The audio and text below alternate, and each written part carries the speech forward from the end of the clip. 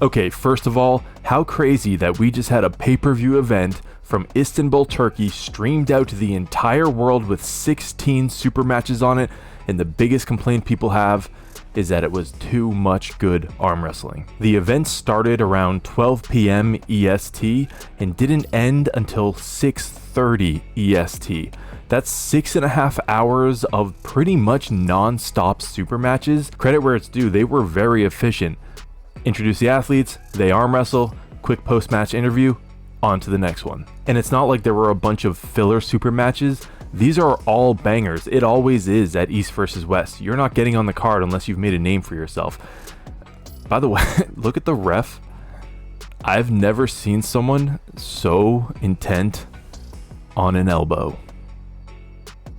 But anyway, yeah, you don't want to miss any of these matches. Plus, you paid a decent amount for the pay-per-view, so you want to get your money's worth, which, if you watched the whole thing, you certainly did. However, this is me on East vs. West Day, because arm wrestling is an enormous part of my life, so I can block off pretty much the whole day to watch it in its entirety. Now, for whatever reason, some people haven't dedicated their entire lives to arm wrestling and have things like family obligations. Their kid has to go to a birthday party or a hockey game, and so I can understand their frustration when the event is 6.5 hours long and they couldn't possibly block off that big of a chunk of time. Even if you can block off that much time, a lot of people don't have the mental stamina to just stare at a screen for 6.5 hours, much less stay hyped up for all the matches. For example, Jerry Caderet is one of my favorite arm wrestlers to watch, and by the time he came on 6 hours into the event, my adrenal glands were feeling it and the pizza and candy were starting to take their toll. Does that mean I want the events to be cut in half?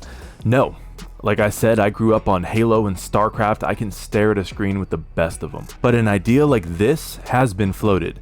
Not with the East on one day and the West on another day, but just with half the super matches on day 1 and the other half on day 2, to give the viewers kind of a break. One other similar option would be to have smaller cards, but more frequent events. This, in summation, would have the same amount of arm wrestling, but be a bit more digestible for the audience. Again, these East versus West cards usually have around 15 matches on them, and that could easily be split into 2 or even 3 separate events, and each one would be a blockbuster that would set the internet on fire. Remember the King of the Table events? Of course you do. When one's coming up, it's all anyone talks about, and these only have 4 or 5 matches on them and go for about 2.5 to 3 hours. The WAL had a similar model, 4, maybe 5 high-level super matches, well produced in a single night, and people would buy the pay-per-view, get together in watch parties, and they would last for maybe 2 or 3 hours, and we enjoyed the crap out of them. But here's the problem. That is expensive.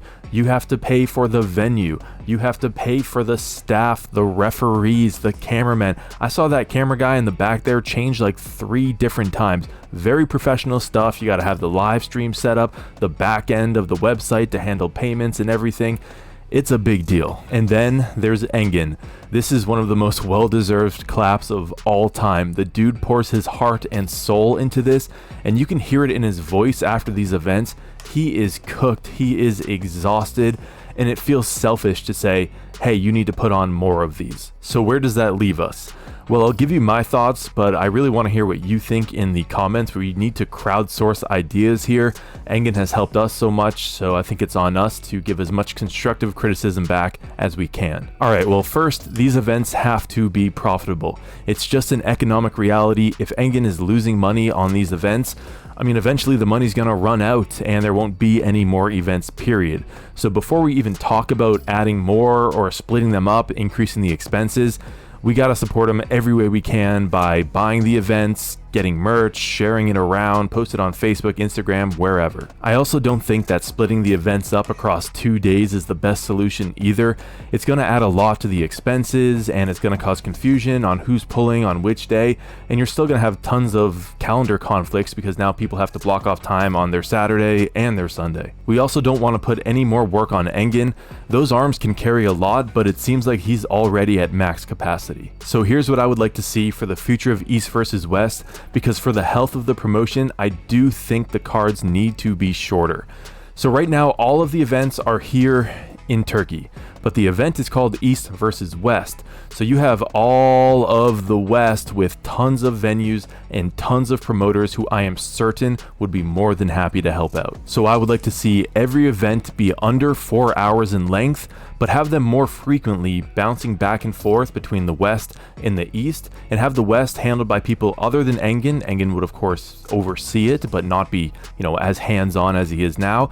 But then Engen can still handle things on the Eastern side when the event is there in the same way that he has been doing. This will allow us to have the same number of incredible matches, maybe even more, but it will also keep the cards down to a shorter length, which I think is better for growing the sport. It's more attractive to a broader audience, and it takes a load off of Engen when it goes to the West. Also, it makes people in the West happy because they have more access to the event in person. But hey, maybe I'm just dreaming. And yes, that's me. And yes, we do have an arm wrestling table in our living room. But hey, if you guys like this video, please leave a like. And if you think I earned it, subscribe. Let me know down below, what do you think? What do you want to see for the future of arm wrestling? And I will see you in the next one.